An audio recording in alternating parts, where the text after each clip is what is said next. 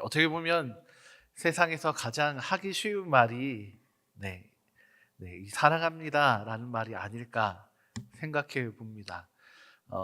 여러분, 우리는 사랑합니다라는 말을 참 쉽게 할 수 있는데 참 이게 또 쉽게 안 됩니다. 그렇죠? 집에 있는 그분들에게는 참 이 사랑합니다라는 표현이 잘 안 나오고, 사랑합니다보다는 이거 왜 안 했어? 약간 이런 잔소리들이 더 쉽게 나오는 게 저희의 삶이 아닌가 싶습니다. 그런데 사랑은 참 중요합니다. 교회에서 가장 가치 있게 여기는 것은 사랑입니다. 어, 우리가 가지고 있는 이 성경책을 두 가지 계명으로 정리한다라고 하면 예수님께서도 말씀하셨듯이 첫 번째는 하나님을 사랑하는 것, 두 번째는 이웃을 내 몸과 같이 사랑하는 것이라고 이야기할 수 있을 겁니다. 사랑은 우리의 신앙, 어떻게 보면 우리의 삶의 기반이 되고 근간이 되는 것입니다. 그런데 이 사랑은 세상에서도 사랑을 이야기합니다. 수많은 사랑 노래가 있고 사랑의 이야기가 있고, 그래서 사람들은 그것을 통해 감동을 받고 눈물을 흘리기도 합니다. 때로는 그 사랑에 아파서 좌절하기도 합니다. 세상에서도 이 사랑은 아주 중요한 부분을 차지하고 있습니다. 그런데 세상에서 이야기하는 사랑은 조금 우리가 가진 사랑과 조금 큰 차이를 가지고 있습니다. 어떠한 조건이 붙는다는 겁니다.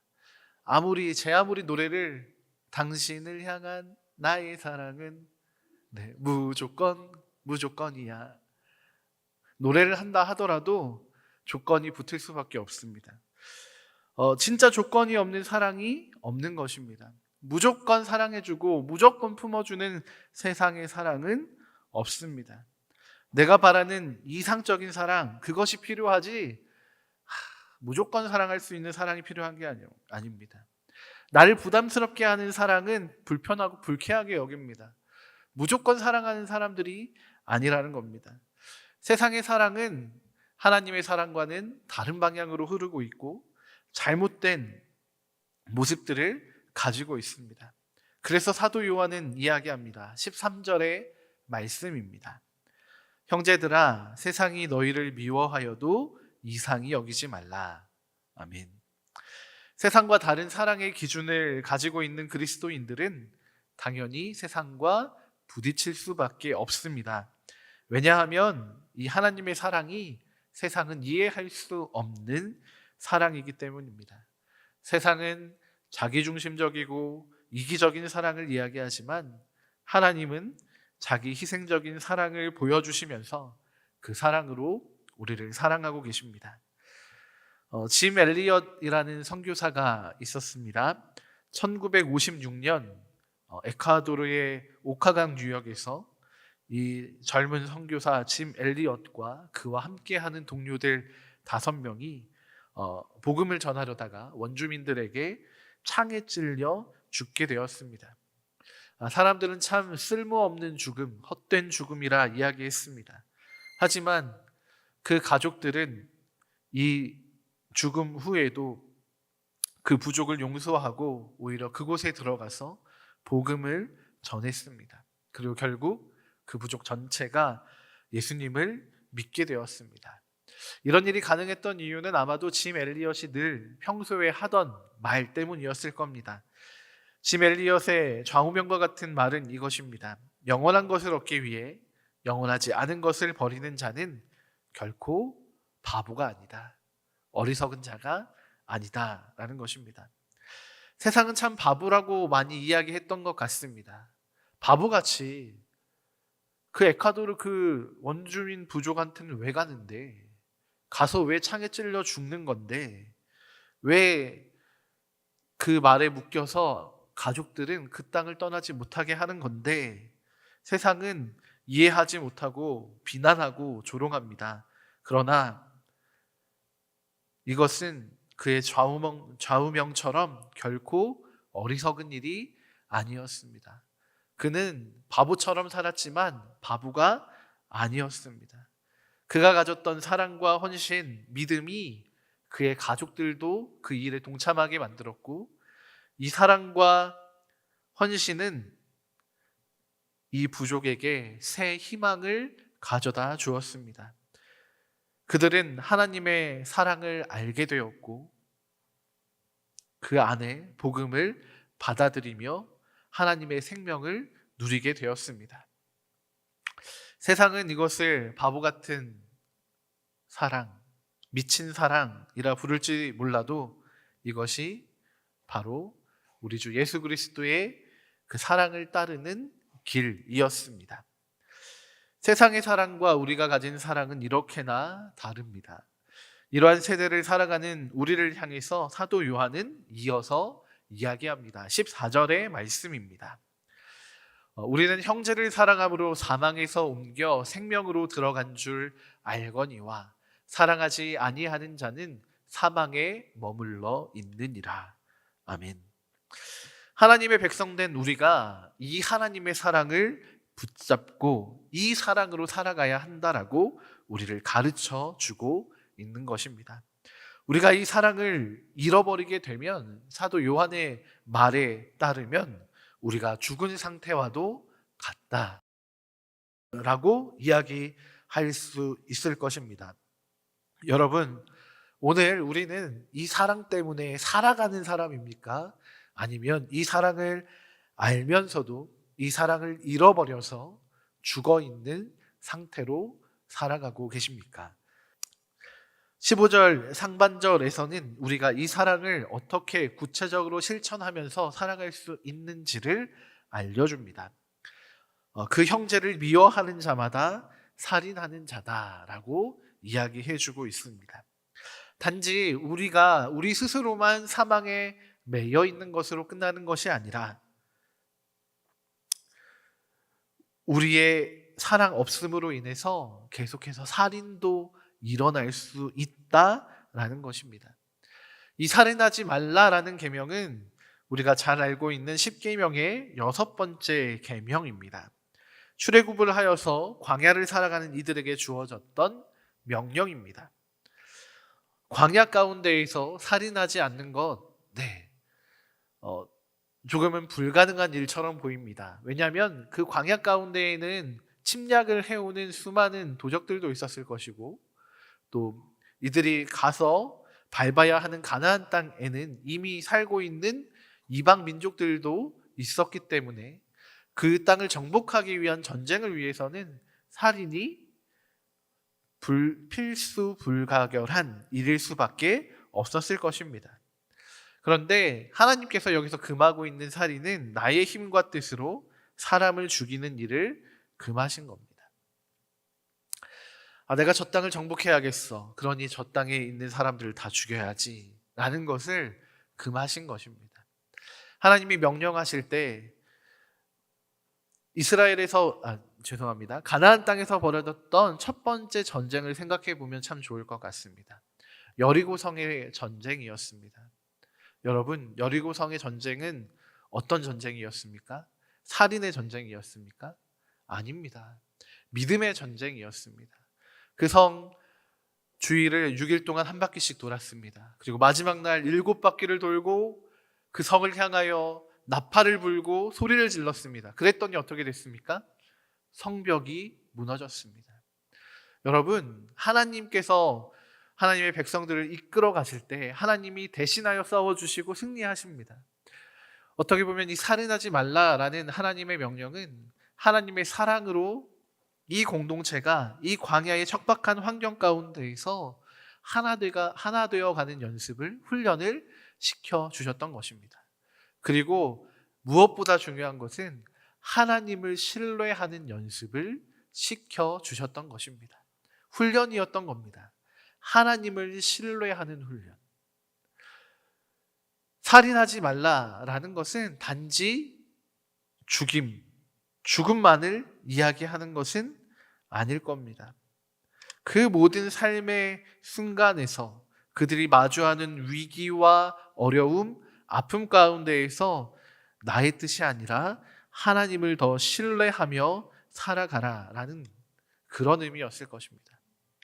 조금 좁게 더 들어가 본다면 살인은 생명을 빼앗는 일입니다. 그런데 이 생명은 어떻게 만들어지게 됩니까? 하나님께서 창조하신 것입니다. 하나님께서 생명을 창조하실 때 대충 만드신 게 아닙니다. 깊은 고민과 생각을 거치신 후에 사람을 창조하셨습니다. 심지어 그 사람은 말로만 하신 게 아니라 흙을 손으로 빚으셔서 사람을 창조하셨습니다. 그러니까 하나님이 가장 귀하게 여기시는 것이 사람, 그리고 그의 생명일 것입니다. 그 생명을 지켜나가는 일이 너무나도 중요한 일입니다. 그런데 이 계명을 예수님께서는 조금 더 확장시켜 주셨습니다. 단지 사람의 생명을 취하면 안 된다에서 머무는 것이 아니라 마태복음 5장 22절에서 이렇게 말씀해 주셨습니다. 나는 너희에게 이르노니 형제에게 노하는 자마다 심판을 받게 되고 형제를 대하여 라가라 하는 자는 공회에 잡혀가게 되고 미련한 놈이라 하는 자는 지옥불에 들어가게 되리라. 아멘.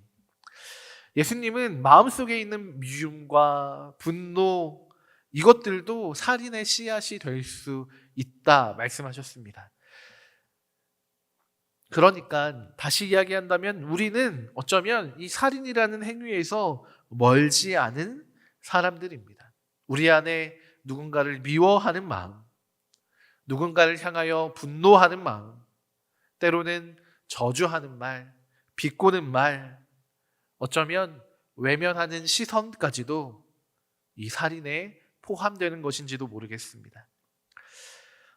한 교회 청소년부 예배 중에 목사님이 아이들에게 질문했습니다. 너희 중에 살인한 사람이 있니? 네. 아이들 어떻게 대답했을까요? 없다고 했습니다. 네. 그래서 목사님이 한 번 더 질문합니다. 그럼 너희 중에 누군가를 미워하거나 욕한 적이 있니? 네. 거의 모든 손이 올라갑니다. 그때 목사님이 이야기합니다. 미움은 마음속에서 사람을 죽이는 일이야. 하나님은 내가 칼을 들지 않아도, 총을 쏘지 않아도 내가 형제를 미워할 때 이미 그를 죽였다고 말씀하셔 라고 이야기했답니다. 여러분, 누군가를 미워하는 것 그 자체가 살인인 것입니다. 그 마음에는 하나님의 생명이 머물 수가 없습니다. 미움은 영혼을 메마르게 하고 관계를 죽여버립니다. 그래서 요한은 이렇게 이야기합니다. 14절 하반절입니다. 사랑하지 아니하는 자는 사망에 머물러 있느니라. 미움은 죽음의 영역, 사랑은 생명의 영역입니다. 출애굽한 백성들은 이 하나님의 생명 가운데에서 살아갔던 사람들입니다. 우리 역시도 하나님의 사랑 안에서 사랑함, 사랑받음으로 말미암아 생명으로 옮겨진 사람들입니다. 그런데 여전히 우리는 이 생명을 누리지 못하고 죽음을, 살인을 일삼고 있습니다. 우리의 말과 혀가 문제입니다.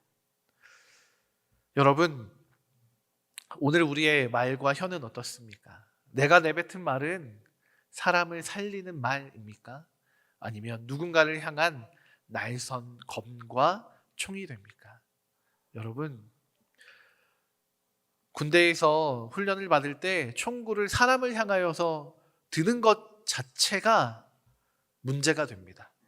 그래서 늘 총의 총구는 관역만을 향하는 것이지 사람을 향해서는 안 됩니다. 사람을 향하여 총구를 돌렸다가는 그날 그 병사는, 죄송합니다, 표현 좀 그렇지만 무지막지하게 깨집니다. 그 병사만 깨질까요? 아닙니다. 그 병사의 선임도 같이 깨집니다. 왜? 안 가르쳐줬기 때문입니다. 여러분, 사람을 향하여 날선말을 한다는 것도 마찬가지입니다. 누군가를 향하여 미움을 갖는다는 것도 총을 그 사람을 향하여 들고 있는 것과 마찬가지입니다. 여러분, 우리의 말과 혀는 오늘 어느 방향을 향해 있습니까?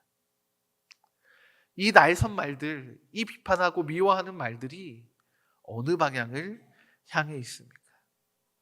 오늘 주님께서는 우리의 말과 혀를 고쳐내시기를 원하십니다.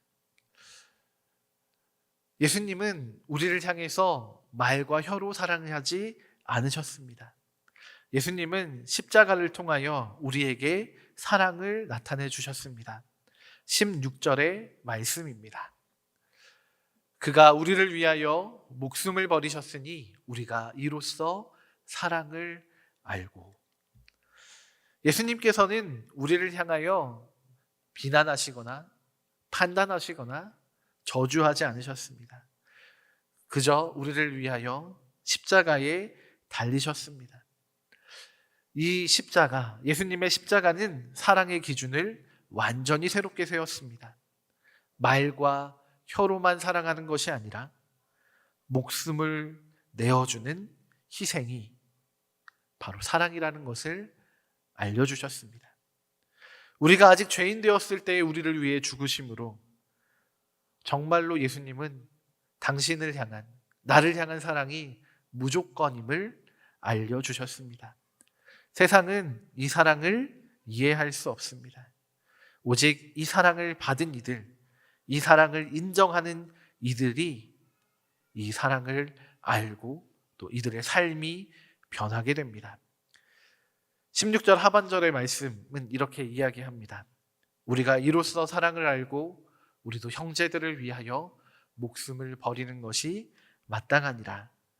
사랑을 받고 그 사랑을 아는 사람들은 가만히 있을 수 없다는 것입니다. 어느 한 소녀가 병원에 입원했습니다. 그 소녀의 동생도 같은 병으로 입원하여 병원에 있게 되었는데 이 동생에게 피가 필요하게 되었습니다. 그래서 의사가 이 언니에게 내 피를 조금만 나눠줄 수 있겠니? 하고 물었습니다. 그러다 언니는 잠시 망설이다가 동생이 살 수 있다면 줄게요 라고 이야기했습니다. 수혈이 끝났습니다. 그러자 이 소녀가 자신에게서 피가 빠져나간 것을 보고 의사 선생님에게 조용히 속삭였답니다. 선생님, 그러면 저는 언제 죽나요? 네, 이 아이는 피를 준다는 것이 자기 생명을 준다는 것으로 이해했던 겁니다. 그래서 자신의 피가 빠져나가니까 이제 나도 죽겠구나 생각했다는 것입니다. 그럼에도 불구하고 동생을 살릴 수 있다면 자신의 피를 주는 것을 아까워하지 않았던 것입니다. 여러분, 이 마음이 바로 우리가 가져야 할 사랑입니다. 예수님께서 우리에게 보여주셨던 그 사랑의 모습인 것입니다. 예수님은 단지 좋은 말씀만 하신 분이 아니고 좋은 가르침만 주신 분이 아니라 우리를 위하여 십자가 위에서 목숨을 버리심으로 행함과 진실함으로 사랑을 알려주신 분이십니다. 여러분, 우리의 사랑은 어떻게 변해가야 하겠습니까? 17절의 말씀을 우리가 함께 보고 싶습니다. 같이 한번 읽어보겠습니다. 시작. 누가 형제의 궁핍함을 보고도 도와줄 마음을 닫으면 하나님이 사랑이 어찌 그 속에 거하겠느냐. 아멘. 여러분, 사랑은 행동으로 보여주는 겁니다. 도와줄 마음을 닫는다는 건 감정의 문제가 아니라 결단과 의지의 문제인 것입니다. 여러분, 행동하셔야 합니다. 사랑하셔야 합니다. 사랑은 거창한 것이 아니라 사랑은 아주 작은 한마디, 작은 관심, 따뜻한 손길, 함께 걷는 걸음인 것입니다. 그래서 사도 요한은 결론적으로 이야기합니다. 18절의 말씀 우리가 함께 다시 한번 읽어보겠습니다. 시작. 자녀들아, 우리가 말과 혀로만 사랑하지 말고 행함과 진실함으로 하자. 아멘. 여러분, 우리가 말로만 사랑해서는 안 됩니다. 물론 이 사랑한다는 말도 잘 못해서 오히려 우리의 말과 혀가 누군가를 향한 칼이 되고 총이 될 때도 있습니다. 이러한 말들을 우리는 버려야 합니다. 또한 사랑의 말들로 우리의 입술을 채워야 합니다. 그런데 거기서 끝이 아니라 그 뒤에는 우리의 행동이 따라가고 뒷받침돼야 진짜 사랑이라는 것입니다. 제가 요즘 많이 혼나는 부분입니다. 많이 혼납니다. 말만 잘하는 것 같습니다. 저희 아내가 가끔씩 묻습니다. 어디 학원 다녔어요? 말은 왜 이렇게 예쁘게 해요? 네, 말은입니다. 네, 말은 왜 이렇게 예쁘게 해요? 네, 말만 하는 겁니다. 내 삶이 바뀌지 않고 내가 행동하지 않으면 사랑은 증명되지 않습니다. 보여지지 않습니다. 사랑만 그런 것이 아니라 우리의 믿음도 마찬가지 아닙니까? 행함이 없는 믿음은 죽은 것이다 라고 성경이 말씀하고 있는 것처럼 행함이 없는 사랑도 마찬가지인 것입니다. 그것은 공허하고 위선일 뿐입니다. 여러분, 하나님은 우리가 행함과 진실함이 함께 있는 사랑의 삶을 살아가기를 원하십니다. 사랑은 우리의 믿음의 표현이고 우리가 구원받은 증거입니다. 교회를 오래 다닌다고 사랑도 오래된 것이 아닙니다. 많은 지식을 갖고 있다고 해서 사랑도 많아진 것이 아닙니다. 여러분, 오늘 우리 안에는 얼마나 아름다운 사랑의 열매들이 맺혀 있고 우리에게 주어져 있습니까? 오늘 우리는 미움의 말 대신에 사랑의 말을 택해야겠습니다. 사랑의 말뿐만이 아니라 사랑의 행동을, 사랑의 삶을 선택하고 행해야겠습니다. 여러분, 어떻게 사셔야겠습니까? 오늘 돌아가는 길, 돌아가신 후에 집 안에서 또 우리가 만나는 이웃들 안에서 어떻게 사랑을 나타내시겠습니까?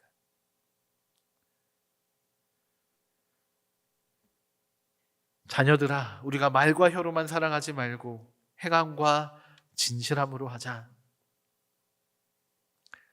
하나님 오늘 이 말씀 우리에게 주셨습니다. 말과 혀가 아니라 행함과 진실함입니다. 여러분 우리의 입술에서 미움을 내려놓으시기 바랍니다. 날선 검과 같은 누군가를 향한 찌르는 말, 비판하는 말들 내려놓으시기 바랍니다. 이것이 우리 마음속에서 살인을 멈추는 첫 걸음입니다. 그리고 이어서 그리스도의 십자가의 사랑을 묵상하시기 바랍니다. 주님의 그 십자가가 우리를 향한 사랑이었습니다. 우리가 하나님의 사랑을 알지 못하면 사랑할 수 없습니다. 말로만 사랑할 수밖에 없게 됩니다. 여러분, 우리가 하나님의 사랑에 깊이 잠겨 있기를 소망합니다. 그리고 그 사랑으로 말미암아 행함과 진실함이 우리의 삶으로 이어져 가기를 소망합니다. 거창한 것이 우리의 사랑을 나타내는 것이 아닙니다. 아주 작은 것 하나가, 작은 행동 하나가 함께하는 시간이 우리의 사랑을 전할 수 있는 모든 통로가 될 것입니다. 그럴 때 우리 안에 거하시는 하나님의 사랑이 우리에게도 충만해지고 또 우리가 있는 그 삶의 모든 현장 가운데에도 흘러 넘치고 가득하게 될 줄로 믿습니다. 우리 옆에 계신 분들과 함께 다시 한번 좀 결단하면 좋겠습니다. 옆에 계신 분들 좀 바라보시면서 한 번 더 우리가 고백하기 원합니다. 사랑합니다. 네. 이 사랑합니다라는 고백이 말로만 그치지 않을 줄로 믿습니다. 이 시간 그렇게 이 말에서부터 시작되어서 우리 안에 하나님의 그 크신 사랑이 풍성하게 채워지고 충만하게 채워져서 우리가 걷는 곳마다 하나님의 사랑이 묻어나고 흘러가고 그렇게 우리 삶의 현장이 아름답게 변화되기를 소망합니다. 함께 기도하시겠습니다. 하나님, 우리가 오늘 하나님의 사랑을 다시 한번 기억합니다. 우리를 위하여 십자가에 달리신, 우리가 아직 죄인 되었을 때에 우리의 상황과 환경, 형편 때문이 아니라, 우리가 가진 조건 때문이 아니라 있는 그대로 우리를 사랑하셨던 하나님의 사랑을 기억합니다. 그리고 그 사랑이 우리를 살려주셨음도 기억합니다. 오늘 우리가 그 사랑을 의지하여 우리 안에 있는 사랑의 모습을 돌아보기 원합니다. 주님, 혹시 우리의 입술에는 미움의 말들, 누군가를 죽이는 말들, 살인의 마음이 있진 않습니까?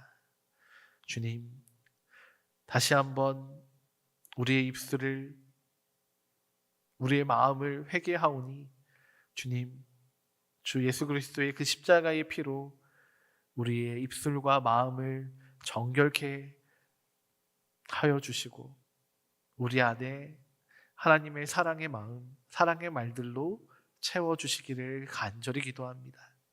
그리하여 우리가 오늘 조금 더 하나님을 닮아가는 그런 사랑의 삶, 사랑의 시간들을 살아가기를 소망합니다. 주님, 우리와 함께 하시며 우리의 삶을 변화시켜 주십시오. 우리가 말과 혀로만 사랑하지 않고 행함과 진실함으로 사랑하는 주님의 백성들이 되어 우리 삶의 모든 현장을 아름다운 하나님 나라 되게 하여 변화시키는 믿음의 용사들이 되게 하여 주시옵소서. 우리를 통해 하나님의 사랑이 충만하여지기를 소망합니다. 감사드리며 귀하신 주 예수 그리스도의 이름으로 기도드립니다. 아멘.